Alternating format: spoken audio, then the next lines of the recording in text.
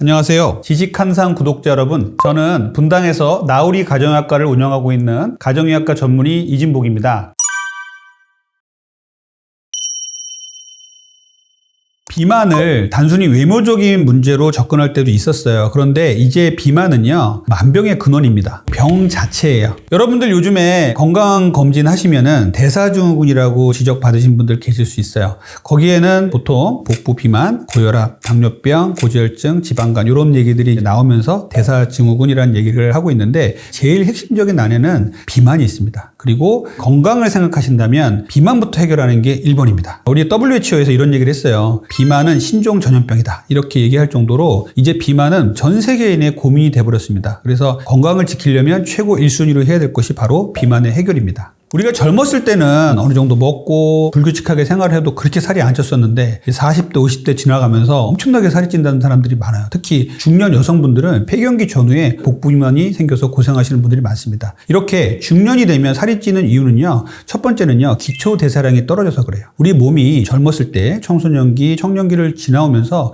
기초 대사량이 아주 활발할 때가 있었는데 이 나이가 들수록 기초 대사량이 뚝뚝뚝 떨어집니다. 이게 40, 50대가 되면 아주 극명하게 드러납니다. 두 번째는 근육량의 부족이에요. 점점점 이제 나이가 들수록 근육이 부족해져요. 나이가 들수록 근육량이 부족해지는 것은요, 상당히 다이어트에 불리한 것입니다. 근육을 이용해서 지방을 태워야 되는데 이 태울 근육이 없단 말이에요. 그러면은 아주 비만이 중요한 문제가 될 수가 있어요. 그래서 중년이 되면서 이 근육의 부족이 가장 큰 문제가 될 수 있습니다. 세 번째로는 스트레스예요. 중년이 되면서 스트레스에 아주 취약해지는 분들이 많이 계세요. 그리고 또 여성분들은 갱년기가 되면서 심적으로 아주 위축이 되시고 우울증까지도 겪는 분들이 많이 계시기 때문에 이 스트레스로 인해서 우리 몸에서 코티졸이라는 호르몬이 나와서 우리 몸의 내장 비만을 자꾸 축적을 시킵니다. 이렇게 중년이 되면 여러 가지 이유 때문에 다이어트에 불리한 몸이 되고 내장 비만이 자꾸 가속화된다. 이런 분들이 많이 계십니다. 자, 그러면 우리가 이제 중년이 돼서 살이 저절로 찔 수 있는 몸이 자꾸 된다고 말씀을 드렸어요. 이렇게 중년이 돼서 살이 찌는 거는 자연스러운 나이살이니까 그냥 두면 될까요? 아닙니다. 절대 아니에요. 적극적으로 대처하지 않는다면 결국은 내장 비만이 자꾸 많아져서 고지혈증, 지방간, 고혈압, 당뇨병 이런 질환으로 평생을 고생할 수가 있고 평생을 약을 먹을 수가 있어요. 중년이 됐는데 살이 찌는 것 같다. 이런 분들은 적극적으로 다이어트에 임해 주셔야 됩니다. 그 중에서 중년 다이어트에서 제일 중요하게 생각하는 거 1번이 바로 정제 탄수화물을 끊자라는 거예요. 이 정제 탄수화물을 끊는 것만 성공하시면요. 중요한 다이어트에 50%는 성공했다. 이런 말까지 할 정도로 정말 중요합니다. 정제된 탄수화물은요. 잘 정제된, 갈아내고 도정했다는 말이죠. 빵, 떡, 면, 과자, 과당, 음료수 이런 것들이 왜 문제가 되냐면요. 도정 과정에서 영양소도 다 파괴가 되고 섬유질이 다 파괴가 돼서 우리 몸에 들어오면 급격하게 혈당을 올리게 됩니다. 이렇게 올라간 혈당은 인슐린이 바로 나와서 잡아내려서 세포 안으로 끌어 들어가는 게 정상적인 우리 몸의 기전인데 너무나 많은 혈당이 올라가 버리면 인슐린이 이런 혈당들을 자꾸 지방에 축적을 시킵니다. 그래서 중년에 있어서는 이 정제된 탄수화물을 끊는 게 중요해요. 정제된 탄수화물은요. 이렇게 혈당을 올라간 것을 떨어뜨리고 또 떨어지면 또 배가 고프고 허리가 지고 또 올라가고 이런 것들 혈당 스파이크라고 하는데 이 혈당 스파이크를 많이 일으키기 때문에 가장 큰 문제가 됩니다. 그래서 정제 탄수화물을 끊는 게 중요하고요. 또 하나는 정제된 탄수화물은요. 정말 마약과 비슷할 정도로 중독을 일으킵니다. 정제된 탄수화물은요. 아주 맛있죠. 그러다 보니까 우리가 계속 먹게 돼요. 세로토닌이나 도파민까지도 건드리기 때문에 우리 몸에서 중독을 일으킵니다. 탄수화물 중독이라고 얘기를 하죠. 탄수화물 중독은요. 뇌 촬영을 해보니까 거의 마약 중독과 비슷하더라. 이런 얘기까지 나올 정도로 위험합니다. 그래서 제가 늘 중년 다이어트에서 꼭 실천해야 될 것을 말씀하라 그러면 1번으로 말씀드리는 것이 바로 정제된 탄수화물을 끊자라고 얘기를 합니다. 제가 두 번째로 추천드리는 방법은요. 양질의 단백질을 많이 먹자는 얘기예요. 단백질은요. 우리 몸을 구성하는 아주 중요한 성분이죠. 근육을 구성하고요. 호르몬이라든지 각종 효소의 원천이 되기도 합니다. 그래서 우리 몸에서는 단백질이 정말 중요한데 단백질 섭취를 잘 못하면요. 근육이 떨어지고 기초대사량이 떨어집니다. 그런데 현대인들은요. 정제된 탄수화물은 너무 많이 먹고 있는데 단백질을 너무 덜 먹는 사람이 많다는 거예요. 그러다 보니까 자꾸 마른 비만의 환자분들이 많아집니다. 이 단백질은요. 동물성 단백질과 식물성 단백질 단백질 두 가지가 있는데 식물성 단백질을 2, 동물성 단백질을 1로 해서 2대 1로 드시는 게 제일 좋다고 해요. 우리가 동물성 단백질은 어떤 게 있느냐 하면요. 달걀이라든지 닭가슴살, 그리고 생선의 흰살, 회 아주 좋아요. 그리고 수육의 고기 부분 같은 것들이 아주 좋은 동물성 단백질이 되겠죠. 그리고 식물성 단백질은요. 콩류가 상당히 좋습니다. 대두를 그냥 먹는 것도 좋고요. 무가당 두유, 그리고 낫또, 두부 같은 거 좋고요. 병아리콩 같은 것도 상당히 좋습니다. 세 번째는요. 버섯 같은 것들도 상당히 좋은 식물성 단백질이에요. 그리고 시금치, 아몬드 이런 것들도 상당히 좋은 단백질입니다. 단백질을 충분히 먹어줘야 이 포만감이 생겨서 아침에 단백질을 먹고 나간 사람들은요. 탄수화물을 먹은 사람들보다 훨씬 더 포만감이 오래가고 다이어트도 잘 됐다. 이런 논문들이 많이 있습니다. 그래서 충분히 단백질을 섭취하는 것 상당히 중요한 방법입니다. 세 번째로 제가 말씀드릴 내용은 혈당 스파이크인데요. 혈당 스파이크는 앞에서 말씀드린 정제된 탄수화물을 먹었을 때 생기는 것이에요. 자, 우리가 너무나 많은 당을 먹거나 탄수화물을 먹게 되면 어떻게 되냐면요. 쫙 올라가는 혈당 스파이크가 너무 강해지는 거죠. 이 올라가는 혈당 스파이크가 강해지는 것을 또 엄청난 속도로 인슐린이 나와서 이걸 끌어내립니다. 우리 몸에서 잉여로 남아 도는 열량을 다 지방으로 축적을 시키는 게 인슐린의 역할이에요. 우리 현대인들이 정말 잘못되게 생활을 하고 음식을 먹기 때문에 인슐린이 나쁜 녀석으로 이제 오인이 되고 있는데 실제로는 그렇진 않아요. 인슐린은 상당히 좋은 역할을 하고 인슐린이 없었다면 우리 몸의 에너지를 저장하는 기전이 제대로 발전하지 못했을 것입니다. 이 높은 혈당에 있다가 낮은 혈당으로 떨어질 때 심각한 허기짐과 그리고 식은땀, 어지러움, 공복감 이런 것들 너무 많이 느껴요. 심하게는 쓰러질 것 같다는 얘기도 해요.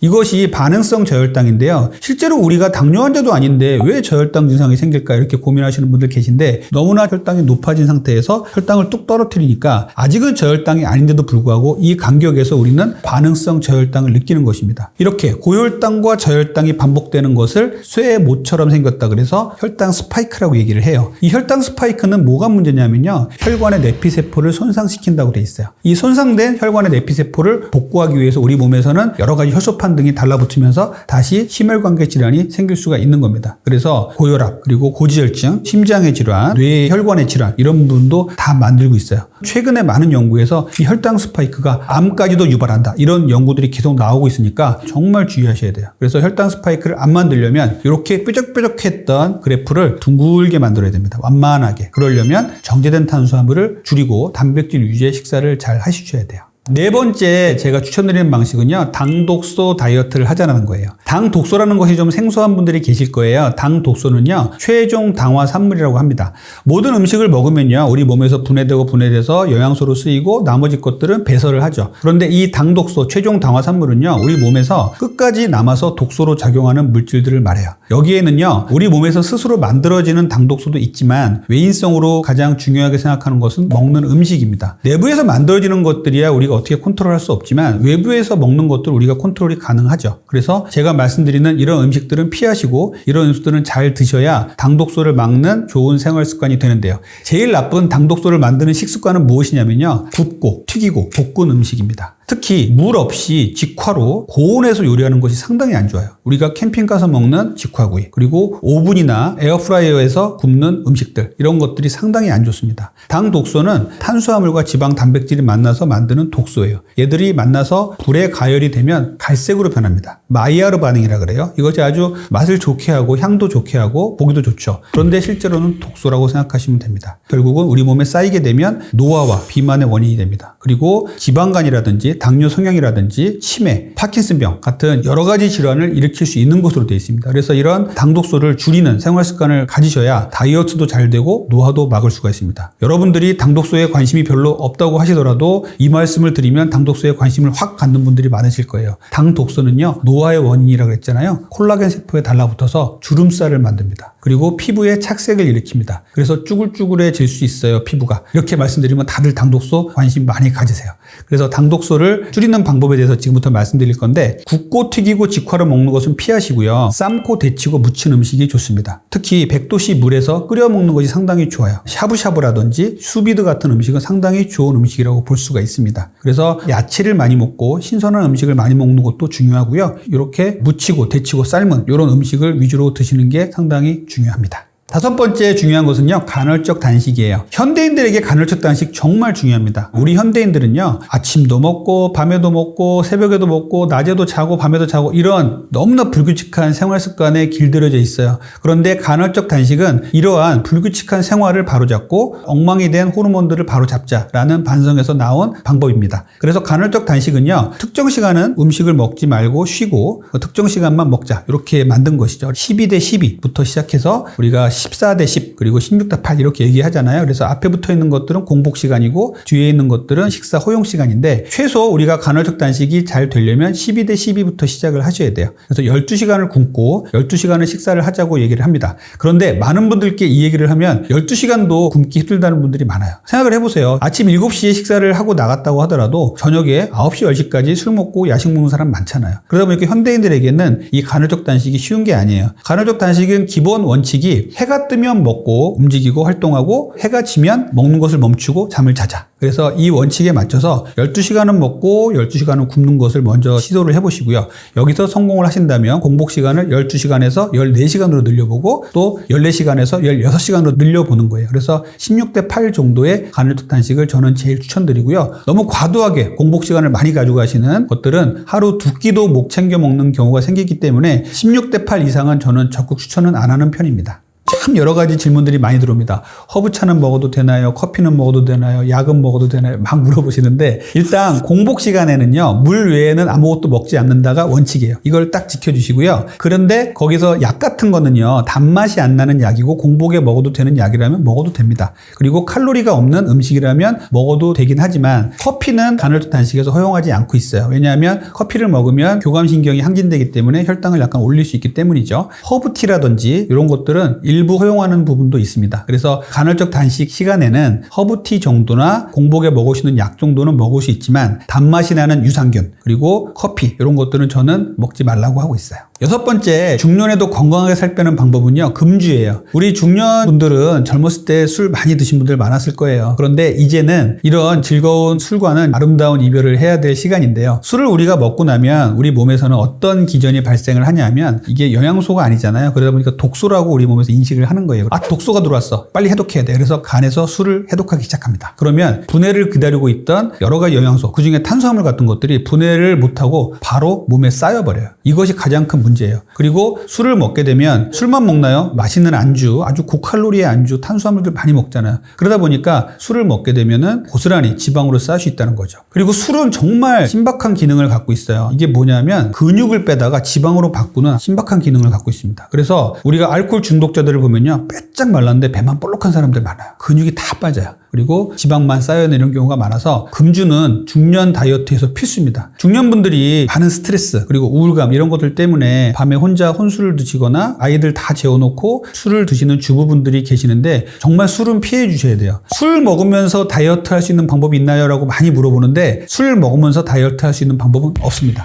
술은 다이어트 하실 때 완전히 끊어 주셔야 돼요. 요즘에 다이어트 하신다고 안주를 안 먹고 나는 술만 먹어요 이런 분들 계시는데 그거는요, 술 자체에 독성이 있기 때문에 간에 상당히 안 좋아지겠죠. 그리고 우리 몸에 뇌에도 안 좋고 다 안 좋기 때문에 술만 드시는 방식은 정말 권해드리고 싶진 않아요. 그리고 술은요, 어울릴 때 사회적인 용량, 뭐 소주는 소주컵으로 2잔 정도라고 얘기하고 우리가 맥주는 맥주컵 500cc 아니에요? 작은 맥주컵으로 2잔 정도 얘기하는데 이것도 매일 먹으면 정말 안 좋죠. 예전에는요, 술은 한 잔 정도는 몸에 이롭다라는 얘기들이 많이 있었어요. 그래서 우리들이 뭐 약주라는 얘기도 하고 많이 그랬는데 실제로는 술은 한 잔만 먹어도 안 좋다. 뇌에 치명적 영향을 미치고 암을 일으킨다는 연구들이 최근 들어 속속 나오고 있습니다. 그래서 술은 한 방울도 안 된다. 이런 생각을 해주셨으면 좋겠습니다. 일곱 번째, 중년 다이어트에서 지켜야 될 원칙은요, 숙면과 규칙적인 생활이에요. 자, 우리 현대인들은요, 잠자는 게 이제는 거의 숙제가 돼버렸습니다. 최근 들어서 어마어마하게 잠에 대한, 숙면에 대한 얘기들이 많이 나오죠. 휴대폰이 나오면서 불면증의 문제가 엄청나게 심해진 거예요. 예전에는요, 밤이 되면 깜깜했고 도시의 불빛도 별로 없었을 때는 정말 잠을 잘 잤었어요. 도시화가 되고 인공 발광 조명이라고 하는데 태블릿 PC, 핸드폰, 그리고 PC, TV 같은 것들이 밝은 불빛을 밤에 보면서 생활 리듬이 깨지고 깨지고 뇌에서는 이런 밝은 불빛이 들어오면서 낮으로 인식하는 거예요. 그러다 보니까 잠을 못 자는 겁니다. 우리 중년 분들 밤에 유튜브 재밌게 보시다가 잠을 못 자겠다. 이런 분들이 저한테 오세요. 밤에 그거를 보다가 잠이 오면 잠을 자겠다? 이건 아니에요. 이거는 밝은 불빛을 보고 있는 순간 뇌에서는요. 아, 낮이구나라고 인식하게 돼 있는 거예요. 그러면 우리 몸에 낮이다라고 인식시켜주면서 나는 자려고 한다? 이거는 어폐가 있잖아요. 그래서 인공 발광 조명은 정말 피해 주셔야 되고요. 밤에 잠을 잘 자야 우리 몸에서는 여러 가지 호르몬들이 잘 나와서 다이어트를 잘 되게 해줍니다. 그중에 제일 중요한 것은 성장 호르몬인데요. 성장 호르몬은 아이들한테만 나오는 것이 아니라 성인들에게는요. 살을 빼주고 식욕을 억제해주는 아주 좋은 역할을 해요. 그런데 이 성장 호르몬이 밤 10시부터 새벽 2시까지 제일 많이 나온단 말이에요. 근데 우리 현대인들은 2시에 잠을 잤다라고 한다면 성장 호르몬에서 얻을 수 있는 혜택을 고스란히 놓쳐버리고 있는 겁니다. 그래서 이 성장 호르몬을 얻으시려면 충분한 시간을 주무셔야 되고 또 10시 정도부터는 잠을 자야겠다고 생각하고 준비를 하시는 게 좋아요. 자, 8번째 중년 다이어트의 원칙은요. 스트레스 관리예요. 스트레스는요. 우리 현대인들이 정말 피하기 어려운 것이죠. 스트레스를 안 받고 어떻게 살아요? 이런 얘기를 진료실에서도 하루에 몇 번을 듣습니다. 그런데 이 스트레스가 과중할 경우에는요. 우리 몸에서는요. 스트레스 호르몬이 나와요. 얘는 정말로 신기하게도 우리 몸에다가 지방을 차곡차곡 축적을 시킵니다. 그것도 내장 지방을 축적시켜요. 왜 그러냐면요. 인류가 과거에 아주 오래전부터 동물에 쫓기거나 추위에 시달리거나 기아에 시달릴 때 스트레스 호르몬이 나와서 우리를 보호해줬어요. 어떻게 보호를 해줬냐면 저 깊숙한 곳에다가 이제 지방을 축적시키는 기전으로 보호를 해줬어요. 그래서 추위에 오래 시달리거나 기아에 시달리거나 다치거나 했을 때 이런 지방에서 에너지를 빼다가 쓰면서 삶을 영위를 해왔다는 것이죠. 그런데 현대인에게는요, 이 스트레스 호르몬이 이제 그만 나와도 되는데 우리가 스트레스를 받을 때마다 이 스트레스 호르몬이 나와서 지방을 축적시키고 있다는 것이 문제예요. 스트레스를 잘 관리하셔야 다이어트에 성공을 하십니다. 스트레스를 받을 때마다 내 몸에는 지방이 쌓이고 있다는 생각을 항상 하시고 항상 이완하는 연습, 호흡 훈련, 그리고 요가라든지 스트레칭 이런 것들을 충분히 해주시고 자기가 좋아하는 취미생활을 만드셔서 그 취미생활을 하면서 스트레스를 잘 관리하시는 게 중요합니다. 마지막 9번째 원칙은요. 규칙적인 운동이에요. 우리 중년 분들은요. 운동하시는 분들도 많이 계시고 운동도 못 하시겠다 이런 분들 많이 계신데 중년에게 운동은요. 정말 필수입니다.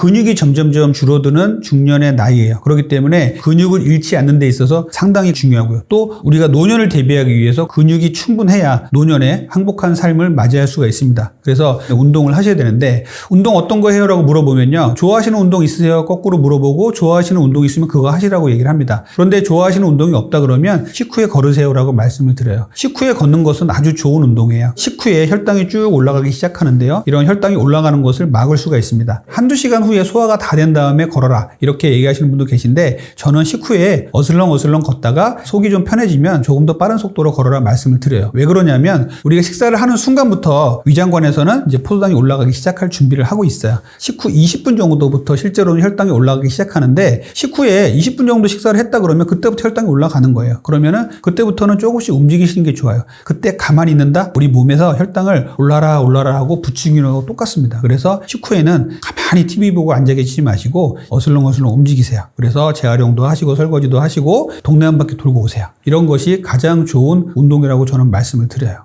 저는 혈당을 내리기 위해서는 식후 운동을 제일 많이 추천을 드립니다. 당뇨병 전 단계, 당뇨 환자들은 더욱더 식후 운동이 중요해요. 저혈당에 빠지지 않게 하는 것도 중요하고요. 식후에 혈당이 올라가는 걸 막아줄 수 있으니까요. 공복 운동은 정상적인 근육이 있는 분들이면 저는 충분히 권장할 수 있다고 생각해요. 공복 운동 좋습니다만 공복 운동을 피하시는 분들은요. 당뇨병 환자 피하셔야 돼요. 저혈당 빠질 수 있고요. 근육이 너무 적은 마른 비만 환자들은요. 공복 운동을 하면 거꾸로 근손실이 생길 수가 있습니다. 그래서 이런 분들은 조금 주의하시되 공복 운동, 식후 운동 나누지 마시고 시간 될 때 운동하십시오. 제가 중년의 다이어트에서 중요한 9가지 원칙을 말씀드렸는데요. 많은 분들이 여러 가지 다이어트 방법을 시도하시면서 실패를 많이 경험을 하시고 계세요. 하지만 제가 말씀드린 이런 9가지를 잘 실천을 하신다면 건강도 지키고 다이어트도 잘 되는 이런 몸을 만들 수가 있고요. 노년에 건강한 삶을 유지하는 데도 상당히 중요하다고 하겠습니다.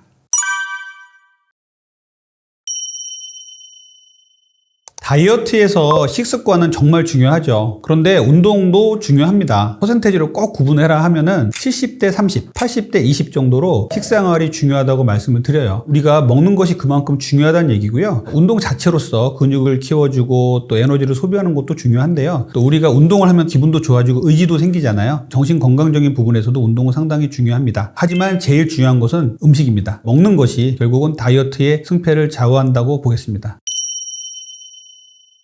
제가 오늘 말씀드릴 다이어트에 좋은 음식은요, 병아리콩입니다. 병아리 모양을 닮아서 병아리콩이라고 이름을 지었는데요. 아주 옛날부터 먹었던 음식이에요. 특히 중동 지역에서 많이 먹었던 음식이고 또 인도에서 또 많이 납니다. 이 병아리콩이 최근에 유명해진 게 10대 슈퍼푸드 중에 병아리콩이 들어갔다. 우리나라에서도 아주 많은 연예인들이 병아리콩을 먹고 살을 뺐다라는 이제 보고가 나오면서 많은 분들이 병아리콩에 대해서 관심을 좀 많이 갖고 있어요. 저도 병아리콩을 알게 된 뒤로 거의 매일 먹습니다. 너무 맛있어서 많이 먹게 된다는 단점 말고는 저는 별로 찾아볼 게 없는 것 같아요. 병아리콩은요, 상당히 좋은 탄수화물을 함유하고 있어요. 콩 중에서도 많은 편이에요. 그래서 빵도 만들고 합니다. 일반적인 단당류 탄수화물이 아니라 복합 탄수화물이에요. 그리고 저항성 전분이에요. 그래서 우리 몸에서는 아주 좋은 역할을 하는 탄수화물입니다. 그리고 두 번째로는 단백질인데 단백질도 아주 풍부한 걸로 되어 있어요. 포만감도 상당히 높게 만들고 근육도 많이 만들게 해주는 식물성 단백질로 아주 좋은 음식이에요. 그리고 세 번째는 식이섬유인데요. 상당히 많습니다. 대변의 양도 확실히 늘어서 쾌변을 볼 수 있는 효과를 볼 수가 있어요.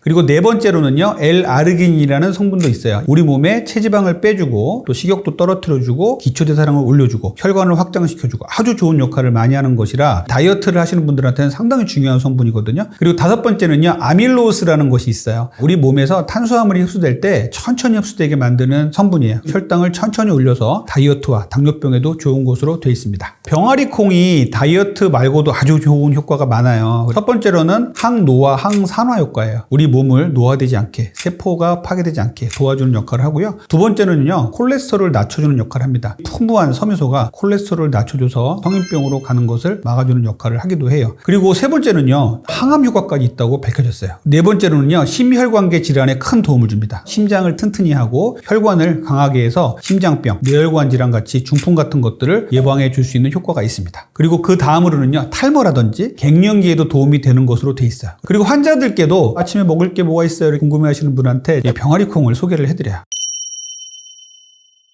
병아리콩은요, 칼로리가 상당히 낮아요. 그리고 당 지수 상당히 낮습니다. 칼로리는 100g당 약 145kcal로 상당히 낮은 편이고요. GI 지수, GL 지수라고 하죠. 당을 얼마나 빨리 높이느냐 하는 수치도 상당히 낮은 걸로 돼 있어요. 단백질과 섬유질이 상당히 이점이 있는데요. 단백질은요, 100g당 하루 권장 섭취량의 40%나 됩니다. 식이섬유는요, 하루 권장 섭취량의 30%가 넘어요. 아주 좋은 단백질 섬유질의 보고가 될 수가 있겠어요. 병아리콩을 먹는 방법에 대해서 말씀을 드릴게요. 병아리콩은요, 의외로 딱딱합니다. 병아리콩 좋다 그래서 씹어 드시다가 이 다치는 경우 가끔 있으니까 주의하세요. 6시간 내지 8시간 동안 좀 불리셔야 됩니다. 저녁에 담가놨다가 아침에 해먹으면 되겠죠. 다른 요리에다 추가를 한다든지 밥 같은 데 넣어서 먹어도 좋습니다. 그리고 병아리콩도 주의사항이 있어요. 병아리콩의 하루 권장 섭취량은 300g이에요. 종이컵으로 한 컵 반 정도 나옵니다. 뭐 3끼 먹는다 그러면 반 컵씩 하루 3번 먹으면 되겠죠. 그런데 이 병아리콩도 주의사항이 있는데 너무 많이 먹다 보면요, 섬유질이 워낙 많기 때문에 배에 가스가 차고 복통을 호소하는 경우가 간혹 있어요. 병아리콩에는 옥살산이라는 게 들어있어요. 이게 알레르기 물질이거든요. 알러지가 있는 분들은 병아리콩 드시는 거를 좀 자제하시는 게 좋습니다. 또 병아리콩에는요, 퓨린이라는 성분이 들어있어요. 이 퓨린은요, 요산을 올리게 돼서 통풍을 일으킬 수도 있고 요로 결석을 만들 수도 있어요. 통풍과 요로 결석이 있는 분들은요, 섭취량을 조금 줄여주시거나 피하시는 게 좋겠습니다. 자, 제가 병아리콩 말고도 추천하고 싶은 음식이 또 있어요. 땅콩 버터예요. 땅콩 버터는 버터라는 이름이 들어가서 버터가 섞여 있나라고 생각할 수 있는데 땅콩 버터에는 버터는 들어가지 않습니다. 식감이 버터하고 비슷해서 붙여진 이름이고요. 땅콩 버터의 가장 큰 장점은요, 어마어마한 포만감이에요. 100g당 칼로리가 한 600칼로리 전후가 됩니다. 그래서 상당히 높아요. 땅콩 버터는 많이 먹으면 안 돼요. 조금만 먹어도 포만감이 어마어마하기 때문에 더 이상 먹으려도 잘 못 먹습니다. 지방과 단백질, 식이섬유를 제공하기 때문에 땅콩 버터를 먹고 나가면요, 때는요, 점심 그리고 오후까지도 식욕 억제가 잘 돼요. 세 번째 장점은요, 땅콩버터는 혈당을 안정화시켜주는데 큰 역할을 합니다. 잘 만든다면 당 성분이 거의 안 들어가요. 그래서 땅콩버터는 혈당을 많이 올리지 않습니다. 그리고 여러 가지 호르몬을 안정화시켜줘요. 네 번째, 땅콩버터의 효능을 말씀드리면서 강조하고 싶은 것은요, 갈색 지방의 활성화예요. 갈색 지방은 보통 아기들한테 많고 성인들한테는 조금 있는데요. 이 조금 있는 갈색 지방을 활성화시키면은 우리 몸이 다이어트가 잘 되는 몸이 됩니다. 체지방을 빼주게 되는데 이 땅콩버터가 갈색 지방을 활성화시켜준다는 연구들이 나오고 있어요. 이 땅콩버터를 드신다면 다이어트를 잘 되게 하는 갈색 지방을 활성화시켜준다라고 생각하시면 되겠습니다. 우리 몸의 지방은요, 나쁜 역할을 하는 백색 지방과 좋은 역할을 하는 갈색 지방이 있어요. 갈색 지방은 어렸을 때 우리 몸에서 많이 있다가 성인이 되면 좀 퇴화되는 지방을 얘기하는데 우리 몸의 에너지 대사에 있어서 상당히 좋은 역할을 하고, 갈색 지방 속에는 미토콘드리아가 많이 들어있어서 갈색을 띠고 있는데요, 열을 발산하고 에너지를 태워주는 역할을 합니다. 체지방을 태워주는 역할을 하는 것이죠. 그래서 최근에 연구가 아주 많이 되고 있는데 갈색 지방을 태워주는 역할을 하고 있는 데 있어서 땅콩이 상당히 좋은 역할을 하는 것으로 알려져 있어요. 다섯 번째 좋은 이점은요, 아주 좋은 지방산을 갖고 있다는 것이에요. 땅콩은 견과류잖아요. 그러다 보니까 아주 좋은 불포화 지방산을 갖고 있습니다. 불포화 지방산은 결국은 나쁜 지방을 없애주고 우리 몸의 혈액순환을 잘 되게 해주고 혈관에 쌓이는 찌꺼기를 없애주게 됩니다. 심혈관계 질환의 예방을 도와줄 수 있기 때문에 땅콩버터는 이러한 이점이 있습니다. 땅콩버터는요, 서양 기준으로 큰 티스푼 2스푼이 하루 적정량이라고 얘기를 해요. cc로 따진다면 15cc가 되고요. 이거를 2스푼 먹으라고 돼 있으니까 30cc가 됩니다. 우리가 먹는 큰 수저로 2스푼보다 약간 많게 먹으면 된다고 생각이 들어요. 이 정도를 드시면 딱 정량이 되겠습니다. 그리고 땅콩을 먹어도 같은 효과가 있긴 해요. 그런데 땅콩버터가 더 많은 효과를 봤다는 연구들이 많습니다. 땅콩버터로 만들 때 땅콩에 있는 이 세포막이 손상이 된다고 돼 있는데, 세포막이 손상이 되면서 거꾸로 혈당을 안정화시켜주고 다이어트에 도움이 되는 성분들이 많이 나오는 것으로 되어 있어요. 그래서 땅콩도 좋지만 땅콩버터로 드시는 게 훨씬 이점이 있다고 알려져 있습니다. 자, 땅콩버터에서 제일 주의할 사항은요, 땅콩 알러지가 있는 사람들은 절대 드시면 안 돼요. 땅콩 알러지가 있는데 다이어트 한다고 땅콩버터 드셨다가는 정말 호흡곤란까지 올 수 있거든요. 두 번째로는 땅콩버터는요, 포만감이 어마어마하다고 말씀드렸잖아요. 그래서 칼로리도 상당히 높습니다. 제가 말씀드렸던 이 2스푼보다 약간 많은 정도의 용량만 드시고 더 이상은 안 드시는 게 좋고요. 또 하나는요, 땅콩도 그렇고 땅콩버터도 그렇고 산패 위험이 있어요. 땅콩버터를 먹을 때는 먼저 유통기한을 잘 살펴보시고요. 유통기한이 지난 땅콩버터는 독입니다. 유통기한 내에만 꼭 드시고 보관 방법을 잘 지켜주셔야 돼요. 꼭 닫아서 서늘한 냉장고에 넣어라 이렇게 돼 있으면 꼭 그걸 지켜주시고요. 또 한번 숟가락으로 떠서 우리가 먹은 다음에는 그 숟가락을 다시 넣지 않도록 조심하십시오. 입에 넣었다가 숟가락 넣다 하시면 그 안에서 오염이 될 수가 있습니다. 땅콩버터를 구매하실 때는요, 요즘에 땅콩버터가 좋다고 하니까 땅콩버터에다가 많은 것을 섞는 경우가 많아요. 땅콩버터에서 주의하실 것 첫 번째, 당류입니다. 땅콩버터가 실제로는 당이 없는 땅콩버터를 먹어보신 분은 알겠지만 고소한 맛은 강한데 단맛이 별로 없어요. 그리고 버터처럼 끈적끈적하고 텁텁하기 때문에 이걸 좀 싫어하는 분들이 많아서 묽게 만들면서 당 성분을 첨가하는 경우가 있는데, 이거는 다이어트 식품이 아니에요. 이런 거는 피하셔야 되고 무가당 땅콩버터를 꼭 고르시길 바라고요. 제 유튜브에 오시면 무가당 땅콩버터 어떤 제품이 있는지도 좀 올려놨습니다. 그리고 나트륨도 조심하셔야 돼요. 요즘에 많은 음식들에서 당 성분을 줄이다 보니까 나트륨 함량을 높이는 경우가 상당히 많아요. 예를 들어 당 성분을 낮춘 핫초코가 있다 그러면 더 잘 뒤에를 살펴보세요. 그러면 당은 낮췄는데 나트륨이 올라간 경우 상당히 많습니다. 그리고 땅콩버터도 마찬가지로 당은 낮췄는데 나트륨 함량이 높은 게 많아요. 나트륨은요, 결국은 혈압을 올리고 우리 몸의 건강을 악화시키는 요인이 되겠죠. 그래서 나트륨이 얼마나 들어있는지 꼭 영양성분표를 보고 구입을 하시면 좋겠습니다. 제가 이제 병아리콩과 땅콩버터에 대해서 말씀을 드렸는데요. 병아리콩은 아주 대표적인 고단백 그리고 저항성 전분을 가진 좋은 식품이고요. 그리고 땅콩버터는 칼로리는 높지만 좋은 지방을 제공할 수 있고 단백질도 많고 포만감을 유지시키는 좋은 음식이에요. 이렇게 좋은 지방과 단백질을 충분히 드시는 거 상당히 중요하고요. 또 여기에다가 풍부한 야채 먹는 거 상당히 중요합니다. 이렇게 음식을 먹을 때 정제된 탄수화물을 줄이고 충분한 단백질 그리고 채소, 지방을 드신다면 건강을 잘 지킬 수도 있고 다이어트도 잘 되는 생활 습관이 될 것입니다.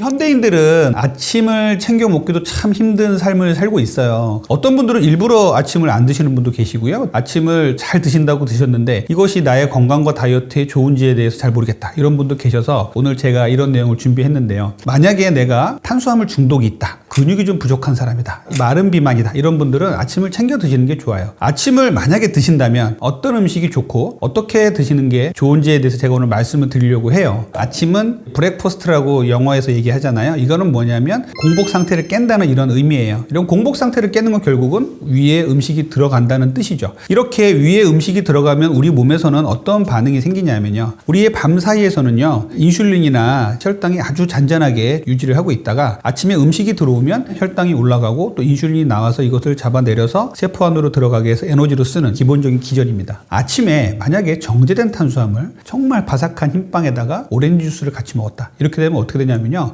정상인들 혈당이 아주 많이 치솟아 올라가요. 그렇게 되면 혈당 스파이크라 그래서 쇠모처럼 뾰족뾰족한 혈당의 그래프가 그려지게 됩니다. 그래서 이런 혈당 스파이크가 나타나면 만병의 근원이라고 해요. 혈관에 계속 자극을 주면서 혈관 내피세포를 손상되게 합니다. 손상된 혈관 내피세포를 보수하기 위해서 우리 몸에서는 여러 물질들이 나와서 혈전이 생기고 혈관을 막히게 하는 것이에요. 장기간 잘못된 식사를 하게 되면 혈관에 문제를 일으키게 됩니다. 고혈압, 당뇨병, 고지혈증, 지방간은 물론이고 협심증, 그리고 뇌혈관 질환, 뇌경색 같은 것들을 일으킬 수 있다는 것이죠. 혈당 스파이크라는 것은요. 예전에는 잘 몰랐어요. 24시간 혈당을 재보고 혈당을 측정하는 기술들이 발전하면서 혈당 스파이크라는 것을 알게 됐습니다. 우리가 음식을 먹었을 때 혈당이 올라가는 건 자연스러운 현상이죠. 우리 정상인들은 혈당이 70에서 140 사이에서 정교하게 움직여요. 밥을 먹으면 140 정도 올라갔다가 공복이 되거나 잠을 자게 되면 7, 80으로 떨어졌다가 이렇게 왔다 갔다 하거든요. 24시간 혈당 측정기가 개발이 되고 하면서 혈당을 계속 재봤더니 식후 2시간 혈당이 중요하다고 생각했고 공복 혈당만 중요하다고 생각했었는데 식후 30분에서 1시간, 1시간 반의 혈당이 너무 많이 올라가는 사람들을 발견하게 된 거예요. 당뇨병의 가능성이 전혀 없다고 생각되는 마른 20대 여성이 아침에 일어나서 맛있는 캐러멜 마키아토와 케이크를 먹었다. 거의 혈당이 200 이상 치솟아 올라갑니다. 아니 내가 당뇨도 아닌데 왜 200 이상 올라가요? 이렇게 얘기하실 수도 있는데 정말 200 이상 올라가요. 그만큼 혈당 스파이크가 무섭고 아직 잘 모르고 있는 사람들이 많습니다. 그래서 혈당 스파이크가 200 이상 치솟아 올라가면 어떻게 되냐면요. 쭉 올라갔을 때 약간의 안도감, 음식을 먹었다는 쾌감 같은 게 느껴지죠. 그런데 이렇게 갑자기 올라가는 혈당에도 불편감을 느끼는 사람들도 간혹 있어요. 머리가 좀 멍하다, 브레인 포그 같이 안개가 낀 것 같다, 갑작스럽게 좀 흥분된다, 이런 분들도 계십니다. 이렇게 혈당이 올라간 것을 인슐린이 끌어내리기 때문에 다시 혈당이 떨어져요. 이것이 저혈당과 비슷하게 떨어집니다. 이런 것들을 반응성 저혈당이라고 하는데 200까지 올라갔던 혈당이 7, 80으로 떨어진다 그러면요. 우리 몸에서는 너무 혈당이 떨어졌네, 빨리 올려 라는 신호를 보내게 됩니다. 이렇게 되면 우리가 어떻게 되냐면요.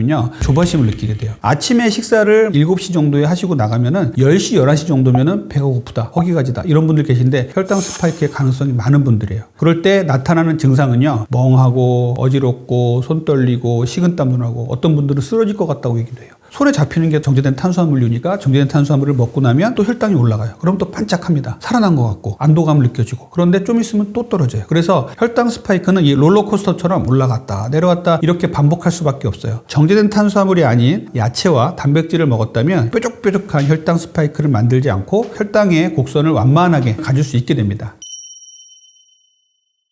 만약에 저에게 최악의 아침 식사 하나를 꼽으라 그러면 바삭한 흰빵을 구워서 오렌지 주스하고 먹는 것을 말씀을 드려요. 불과 몇십 년 전만 해도 이러한 CF 같은 것들이 나오면 현대적이고 문화적인 삶이다라고 우리가 부러워했던 적이 있었는데 흰빵을 구워서 오렌지 주스에 먹으면요 어마어마한 혈당 스파이크가 생깁니다. 정제된 탄수화물을 갑작스럽게 아침에 드시는 게 정말 안 좋습니다. 정제, 좀 말이 어렵긴 한데 갈고 도정을 잘했다는 뜻이에요. 탄수화물류들을 먹게 되면 우리 몸에서 혈당이 아주 빠르게 올라간다는 것이죠. 이 정제 탄수화물의 문제에서 가장 중요한 것은 현미가 아니고 갈아낸 쌀로 만든 떡, 갈아낸 밀로 만든 흰 빵 같은 거를 말씀드리는 것입니다. 갈아낸 정제된 탄수화물들은요 우리 몸에 들어오면 섬유질이 다 파괴가 되기 때문에 엄청난 속도로 혈당을 빠르게 올려요. 이 빠르게 올라간 혈당을 잡아내려서 세포 안으로 집어넣어야 되니까 인슐린이 또 너무나 빠르게 나옵니다. 그래서 인슐린 서지라고 그래서 거의 폭풍처럼 인슐린이 나온다고 얘기를 해요. 문제는 너무 과량으로 정제된 탄수화물을 먹게 되면 몸에서 쓰고 나오는 에너지를 인슐린이 우리 몸의 깊숙한 곳에다가 지방세포로 저장을 합니다. 이것은 나중에 지방을 쓰려고 하는 우리 몸의 기전이에요. 인슐린이 아무 때나 나오고 인슐린이 너무나 많이 나오고 이런 상황이 되다 보니까 인슐린 저항성에 문제가 닥치게 되는데 정제된 탄수화물을 먹는 족족 에너지를 사용하는 것보다도 지방으로 쌓이는 게 더 많아진다고 보시면 돼요. 정제된 탄수화물을 먹어서 생기는 문제는요. 결국은 비만으로 가는 지름길입니다. 혈당 스파이크를 만들다 보니까 심혈관계 합병증을 일으키는 혈관의 손상을 일으켜요. 심장병, 협심증, 뇌졸중, 뇌출혈 같은 것들을 일으킬 수가 있어요. 혈당 스파이크가 암까지 일으킨다. 이런 연구들이 속속 나오고 있어요. 그래서 이런 혈당 스파이크를 막는 생활 습관을 기르는 게 상당히 중요합니다.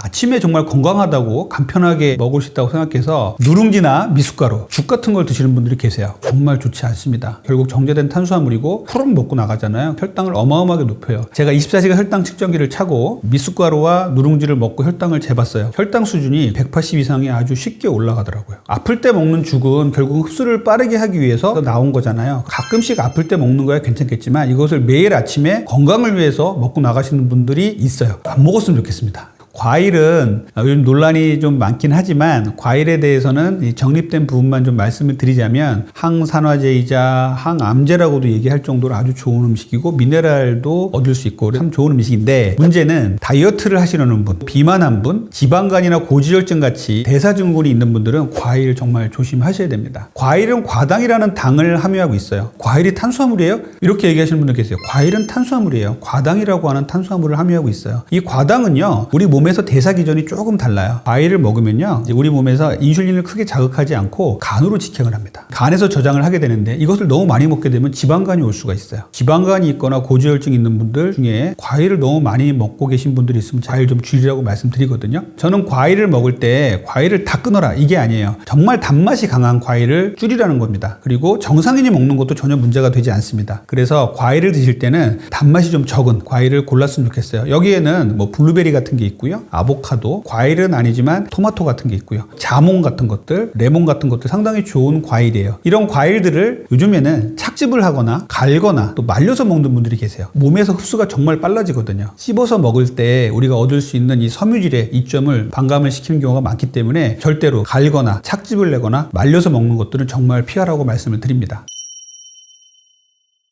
아침에 좋은 식사는요 풍부한 야채와 단백질입니다. 이 두 가지를 잘 챙겨 드시고 나가시면요 점심까지 배가 든든해서 반응성 저혈당에 빠져서 혈당 스파이크 때문에 간식을 찾는 일도 없어지게 되고요 다이어트에도 상당히 도움이 돼요. 단백질은 어떤 게 있을까요? 라고 많이 물어보세요. 콩류가 제일 좋아요. 가장 대표적인 식물성 단백질이죠. 아침에 콩 드시는 거 상당히 좋고요. 대두 자체로 먹는 거 좋고요. 그 다음에 나또라든지 두부라든지 비지도 좋고요. 그리고 무가당 두유 같은 것도 상당히 좋은 아침 식사가 될 수가 있어요. 두 번째로 제가 추천드리는 것은 달걀입니다. 비타민C와 섬유질만 빼고서 모든 영양소가 다 있다. 단백질 지수가 최고다. 이렇게 얘기해서 완전식품이라고 얘기하잖아요. 상대적으로 달걀은 소화가 잘 되는 음식이에요. 아침에 달걀을 삶아서 드시고 나간다면 아주 포만감도 생기고 하루를 든든하게 보낼 수 있는 좋은 음식이 될 수 있어요. 세 번째 제가 추천드리는 아침에 좋은 음식은요. 무가당 그릭 요거트예요. 아주 농축이 된 유단백질을 섭취할 수 있는 좋은 식품이에요. 이것을 아침에 드신다면 아주 위장도 편하고 마음도 편해지는 이런 효과가 있다고 합니다. 이렇게 그릭 요거트에서 무가당이라고 제가 계속 강조드리는 이유는 그릭 요거트 중에서도 맛을 내기 위해서 당을 첨가하는 경우가 많습니다. 그래서 당이 없는 그릭 요거트를 찾으시고요. 무가당 그릭 요거트는 꾸덕꾸덕합니다. 그리고 먹었을 때 식감이 아주 묵직한 이런 것들을 고르시면 좋겠어요. 그 다음에 아침에 좋은 음식으로는요. 자연 치즈, 천연 치즈 같은 것들도 있어요. 우리가 치즈도 상당히 좋은 유제품에서 나오는 단백질입니다. 일반적으로 상업화돼서 나온 치즈 말고 자연 치즈, 천연 치즈를 고르시는 게 중요해요. 여러 가지 합성 물질이나 당이 안 들어간 것을 고를 수가 있습니다.